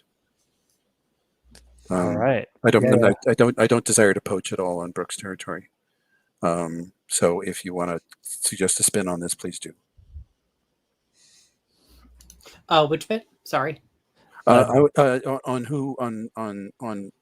basically what this valuable human contact does. No, I like the idea of a healer. Yeah, I mean but as I said, she has an herb, she has an herb garden and Yeah, I think Brooke probably trades with her for her goods frequently. Nice. All right, that sounds nice to me. Lyra Stillwater, trustworthy citizen of Ramsgate and herbalist, and Claire definitely also lives in this village. uh, uh, Cawle, do you have a sense of like what role she fulfills here, and how she kind of initially came into contact with you, the you know Um, alleged tinker and secret werewolf fixer? Maybe she could be the daughter of the. I mean, I don't know. It's the Is village there head Batman. man. the mayor? The Yeah. Batman. I That's so I classic. like it. She's got to be the daughter of the mayor. Absolutely. Uh, uh, Man, Cawle, you're in so much trouble. Um, uh, nice. We've got. Yeah, she was bringing over some wine, as kind of a harvest gift or something like that, and their eyes met. Hmm. We've got a sense already of the territory, right? Like what's important about your territory, um, and the the central cairn, marking the wolf graveyard that's part of it. Um, uh, what what are one, two, three? What are a couple things that threaten the pack? Oh, that's interesting. You know what, Alice, you're the Howl. You get premonitions. What's something that's been troubling you as as a sense of a sense of a threat? Uh, let's see. Uh, Maybe there's talk of bringing the Inquisition into town or something. Oh, okay. Yeah. That would certainly be a threat. The Church of Avacyn, trying to make a show of force to prove that they're still a worthwhile institution. Certainly them turning up in this region ready to hunt monsters and find heretics would be a big problem for you, pack of wolves wearing your covertly modified religious symbols and all that. Yeah. Uh, Impending inquisition, sure. And I'll just go ahead and use my MC authority to say the other threat out there is the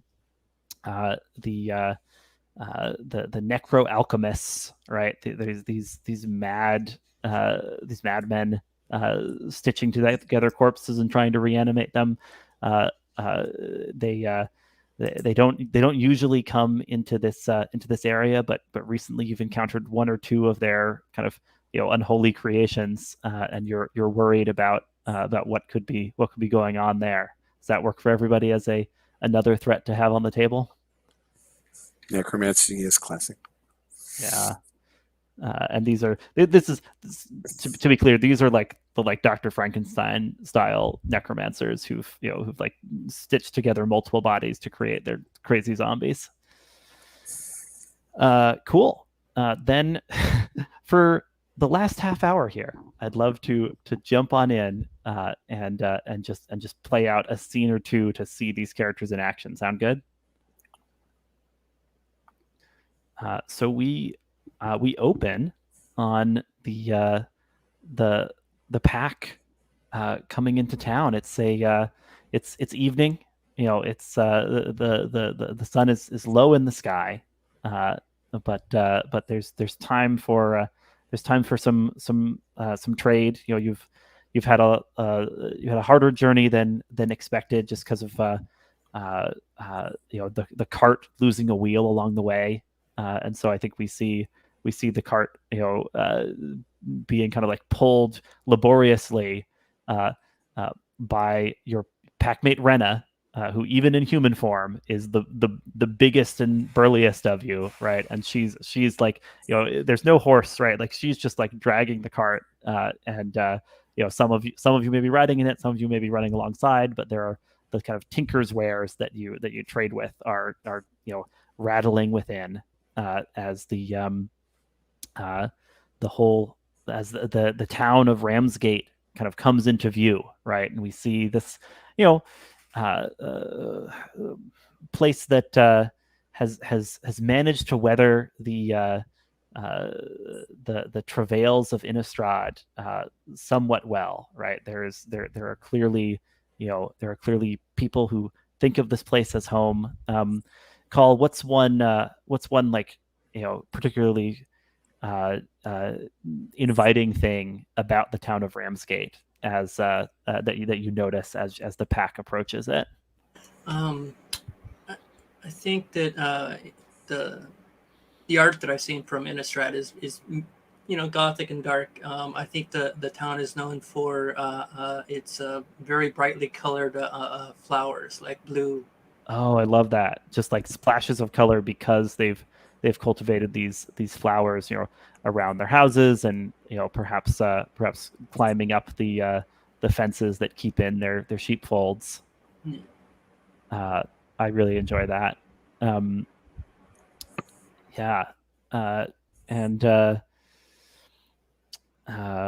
Brooke, what is it you're most hoping to be able to pick up from your sometime contact Lyra Stillwater? Lyra? Brandon, how did you Lyra. So Brooke, there's something that interests you that you'd like to be able to collect from Lyra. What is it, and why is it a needful herb? I think it's something like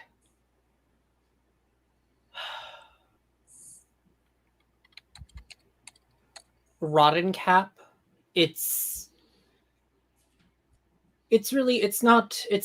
a fungus that's not traditionally used on the living, but it's something that is sometimes packed in with the dead to ensure that their remains rot and decay away quickly before they can be used for something else. Yeah. That is great. So you're thinking about protective measures given these necroalchemist sightings. Absolutely. Yeah. I'll say that the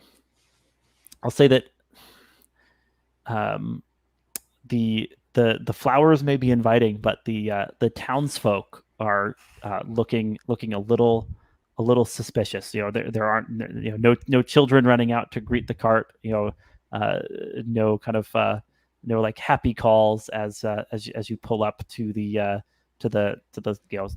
gate. Serafina, what do you immediately kind of pick up on as the kind of that gives you the sense the townsfolk are prepared for some sort of danger? They've taken down the Harvest Festival decorations. Oh, yeah, of course. Yeah, and of course the Harvest Festival is nearly upon us, and yet rather than being decorated and ready for dancing, the town has the moon is huge. The moon is huge in the sky. This is an important time for us too, because the harvest moon is the biggest moon. Yeah. Of course.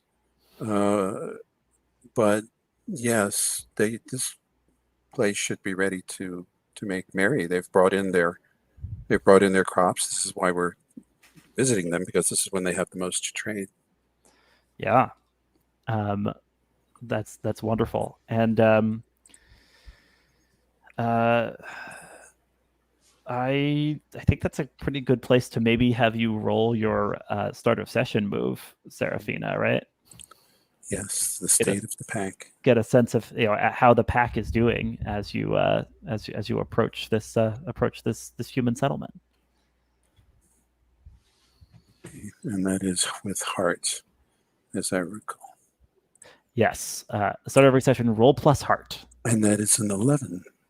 On a 10 plus, every packmate gets -1 to disobey you. So, folks, note that down. Maybe write in your notes section or something that Serafina's hold on the pack is secure.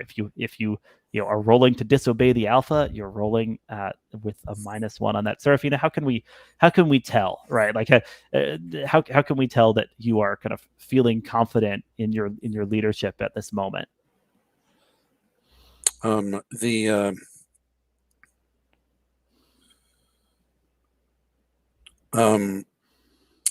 I sniff hard,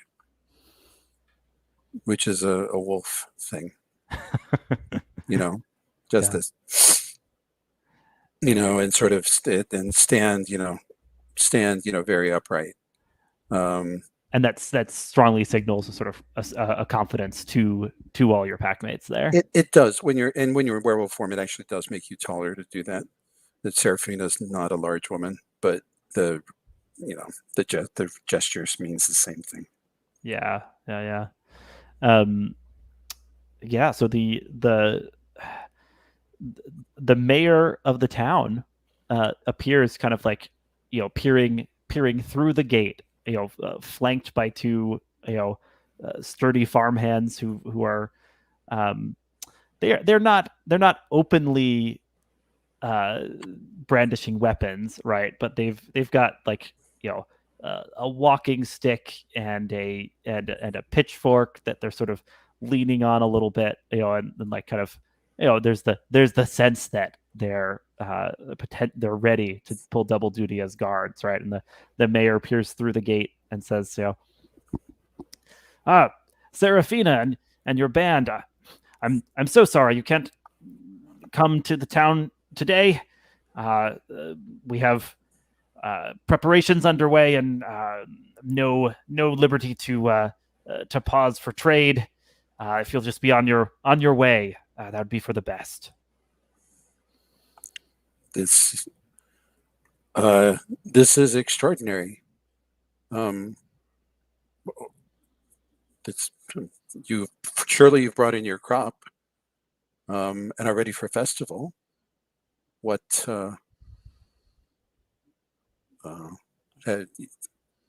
has happened to your tradition?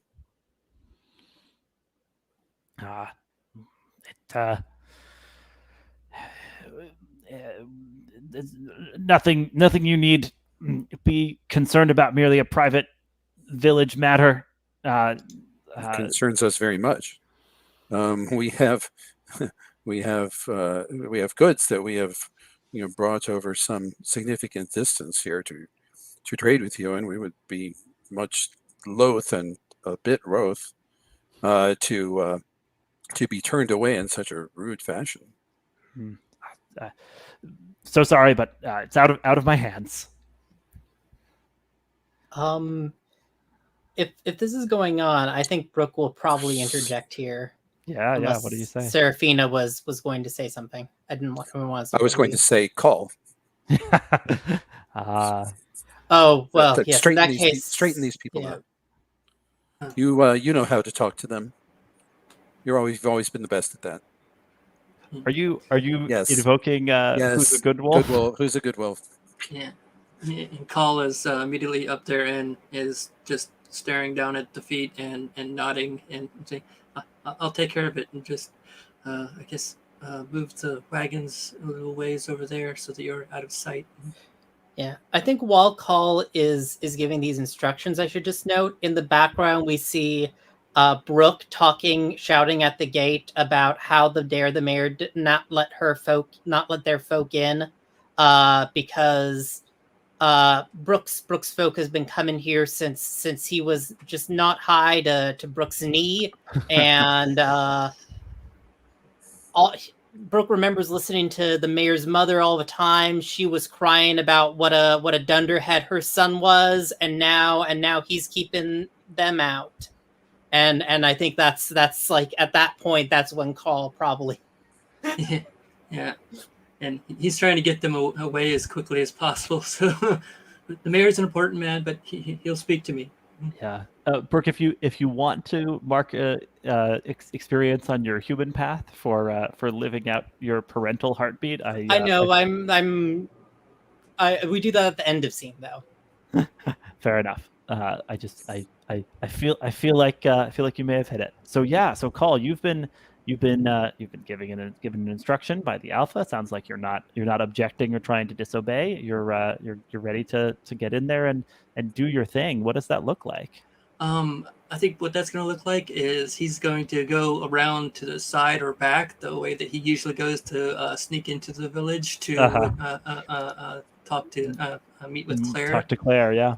Yeah, but he's not going to Claire though. He's going to go to the inn or the tavern if they have something like that, or the beer brewer, or it's probably the same building, right? Mm. Like it's probably there is like the one public house in the village that serves as inn and tavern as need be. And once Cawle gets out of sight of the rest of the pack and is actually in the village or like that, he actually straightens up and he walks with a much more confident gait. As he's looking around, he's going to go because he's probably going to have at least some sort of leverage on this guy to use against the mayor. Because it's all about money for the man who runs the inn and the tavern. So he's probably losing out at this, and I'm sure he's got somebody, some way to speak to the mayor to get him to at least lighten it up so that we can, continue on business as usual. Nice. Okay, so we're going to call the innkeeper Barnaby, if that works for you, and we'll say that your plan is to just like make common cause with Barnaby and convince him to apply a little pressure, get the mayor to open that gate and let your folk in. Does that sound right? Yeah. Go ahead and roll plus teeth, and you've got a +1 thanks to Serafina's Who's a Good Wolf. Okay, so that's 2. Yes. And let me make sure we've all got the die roller also here. I dropped it in the chat for easy access. And you can roll 2d6. Nice roll. Good start. Okay, so that was okay, so you rolled 2d6. You got snake eyes. Yeah. And how are things worse now? Yeah, and that's about the worst roll you can have. So the move here leaves it kind of in your hands to answer what went wrong and how are things worse now. I'm happy to run to put some ideas out there if they're helpful. But if you've got any first instincts on this, please let me hear them. Maybe the first instinct is a representative of the church is actually at the inn or tavern and is I don't know, maybe preaching in front of it about the holiness of abstinence and something like that. Maybe even trying to bar the people from actually using his place drinking. Oh, that's great. Yeah. An Abyssinian missionary has come to preach of temperance, and in fact is saying that all of the travails of Innistrad, the angels going mad, the horrors from beyond attacking are a punishment for kind of human overindulgence. And so by the time you reach the innkeeper, he's just sunk down, head in hands. He's like, "What? I call old friend. I wish I could help you, but they're shutting me down either way. This is not. I'm not the person you want to talk to the mayor." And he kind of like glances sidelong at you. He's like, "Can't your lady friend help you out though?" Maybe, but what if I make the problem just go away? What do you mean? Well, I mean, this man of many words, I'm sure somebody's missing him somewhere, and I can make sure that he gets to meet that person in another village far away from your establishment. And he furrows his brow. It's clear he's not sure. It's nothing below board. I think I have a place in mind. So Ramsgate is this town. Did we have another one or? Yeah, we can come up with another town name. How Yeah. about mm,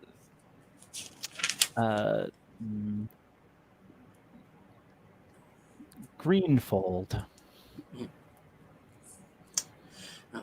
Uh, I know of at least 2 husbands who are stepping out on their wives over in Greenfold. I'm sure if I explain this to the good minister, I can get him hopping mad and over in that direction in almost immediately. Nice. I see. Cawle is thinking on his feet, trying to come up with the next step here. I'm I'm into it. You say this as you hear a particularly fiery denunciation from the evangelist right in front of this establishment, and a few townsfolk cheer. Right, they're just happy to hear someone pointing them towards any sort of solution. Yeah, see, the longer he stays here, the worse it's just going to be. I want to cut back to outside of the town. Alice, I think young Amsel comes running up to you, and they're kind of panting and out of breath, and perhaps you can even tell that they've only just like turned back from their wolf form right before like sprinting out of the nearby woods to come over with some kind of message. And like, Alice, I need to tell you something.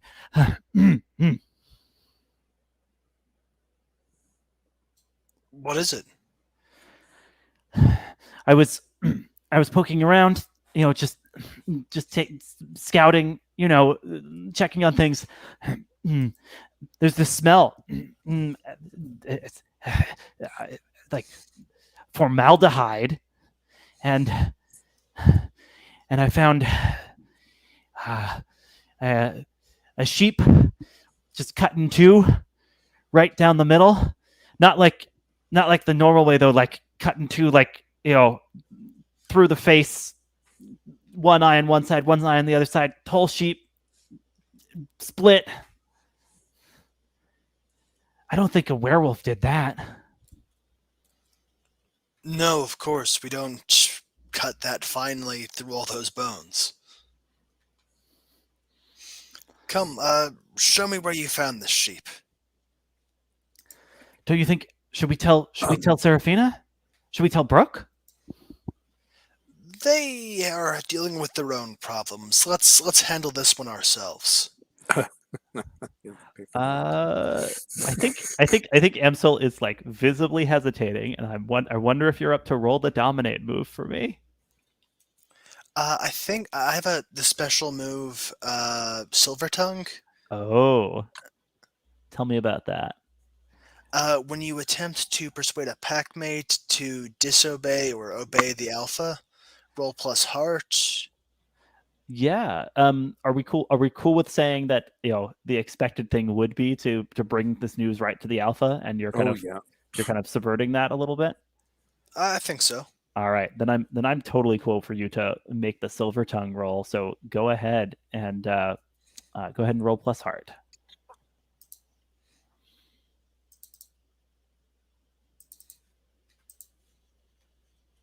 A 10. Yeah, if the Pac-Man is an NPC, they do what you want and a little something more. Yeah, so Amsel's like, all right, yeah, probably best not to bother everyone with this right away. And they they set off to show you what they found in the woods, and they're just the whole way describing every sight and smell that they'd encountered along the way.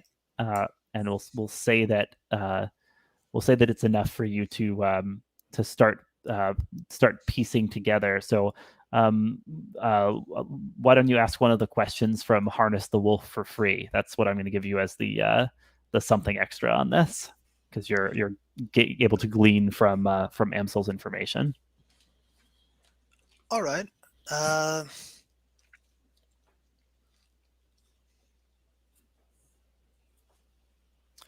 I'm gonna ask, what do they really want? Like, why was this done to a sheep?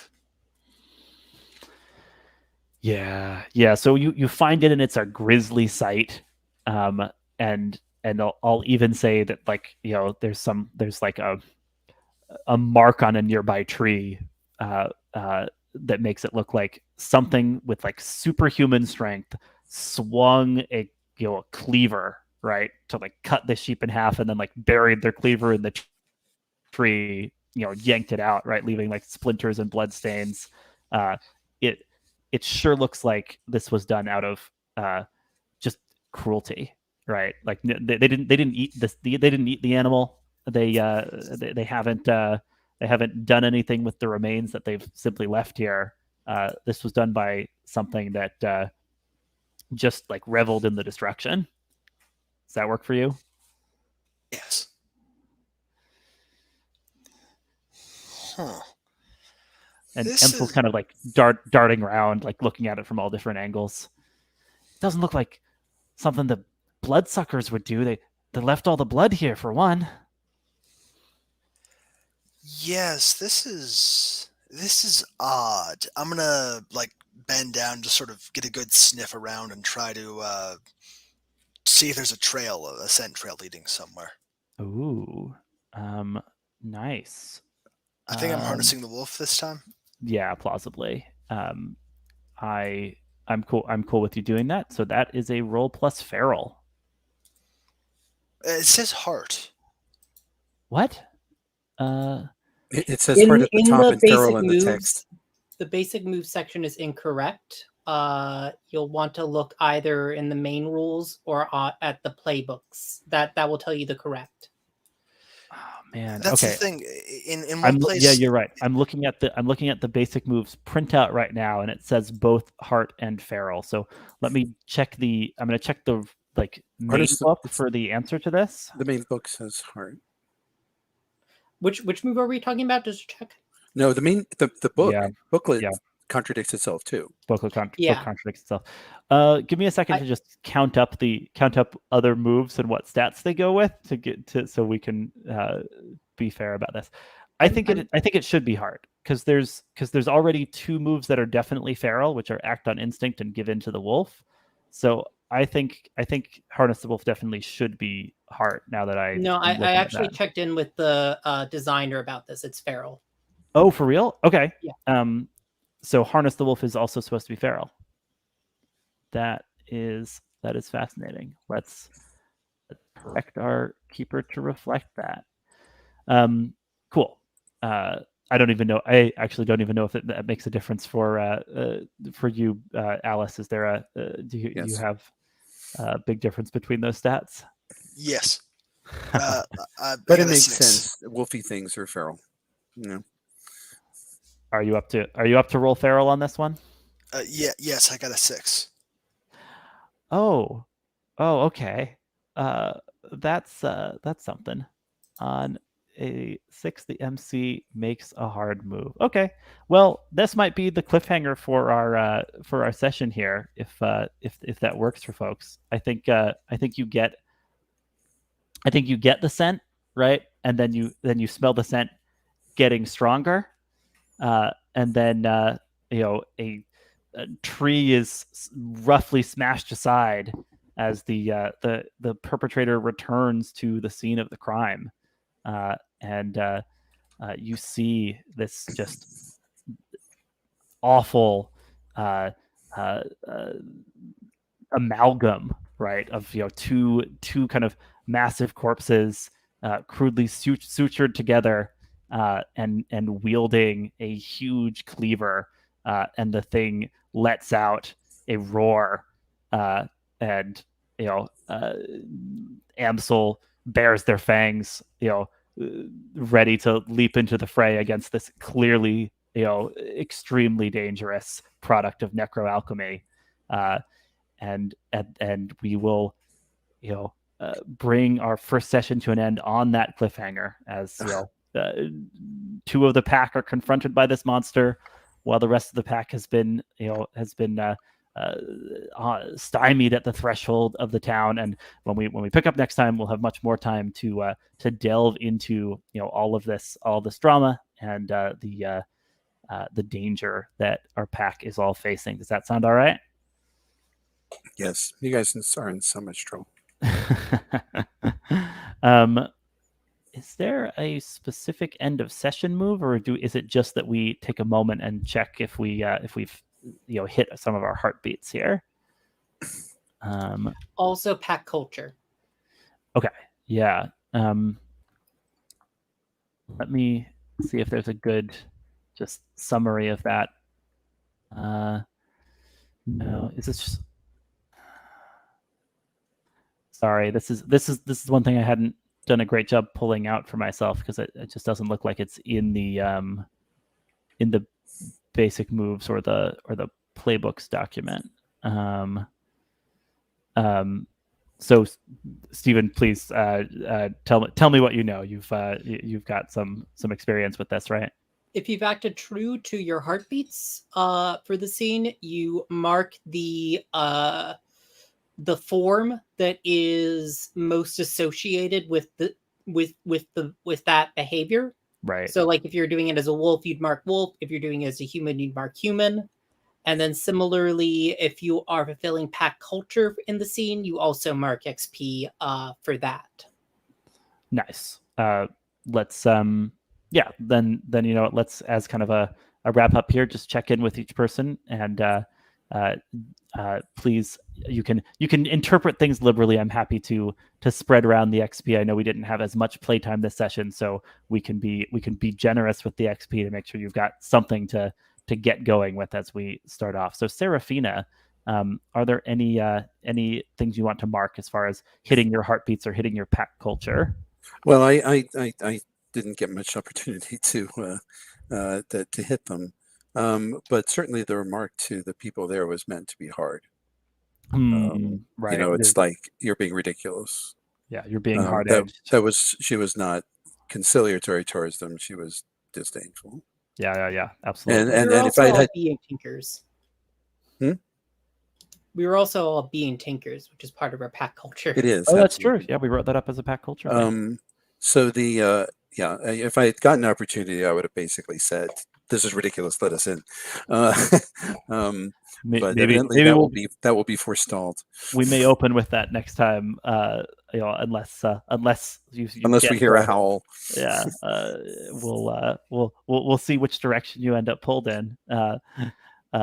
So Brooke, you've marked some XP for hitting your parental note as you berated the mayor. Anything else you want to highlight here? I mean, just the fact that I feel like most of us probably qualify for that because we basically opened on us all in our kind of cover IDs moving into town. Yeah. So I was marking pack culture for myself. Cool. Yeah. Cawle. Any heartbeat or pack culture things that you think rise to the level of an XP mark here? Well, I don't know if it rises to the level, but clever. I was gonna start a plan to get rid of the minister pretty directly. You do. You've absolutely laid out a clever plan, and I'm definitely excited to see how that works out for you. I think a cunning plan might describe it. A cunning plan from our fixer. Yeah, go ahead and mark that. That seems like definitely that's the human path.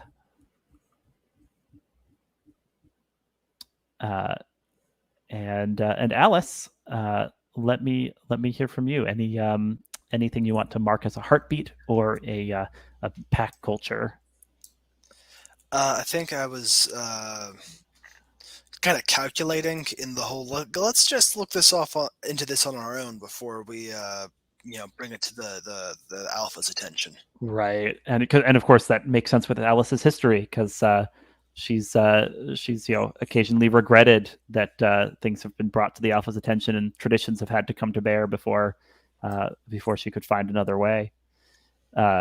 Absolutely. Let's let's call that a session. Thanks so much for helping to build this werewolf pack with me, and I am very excited for where we go in our next 3 sessions of Bite Marks Innistrad Howlpack. But for now, anybody who's been watching along, thanks so much for joining us, and hope you tune in for later parts of this story. Stay safe out there.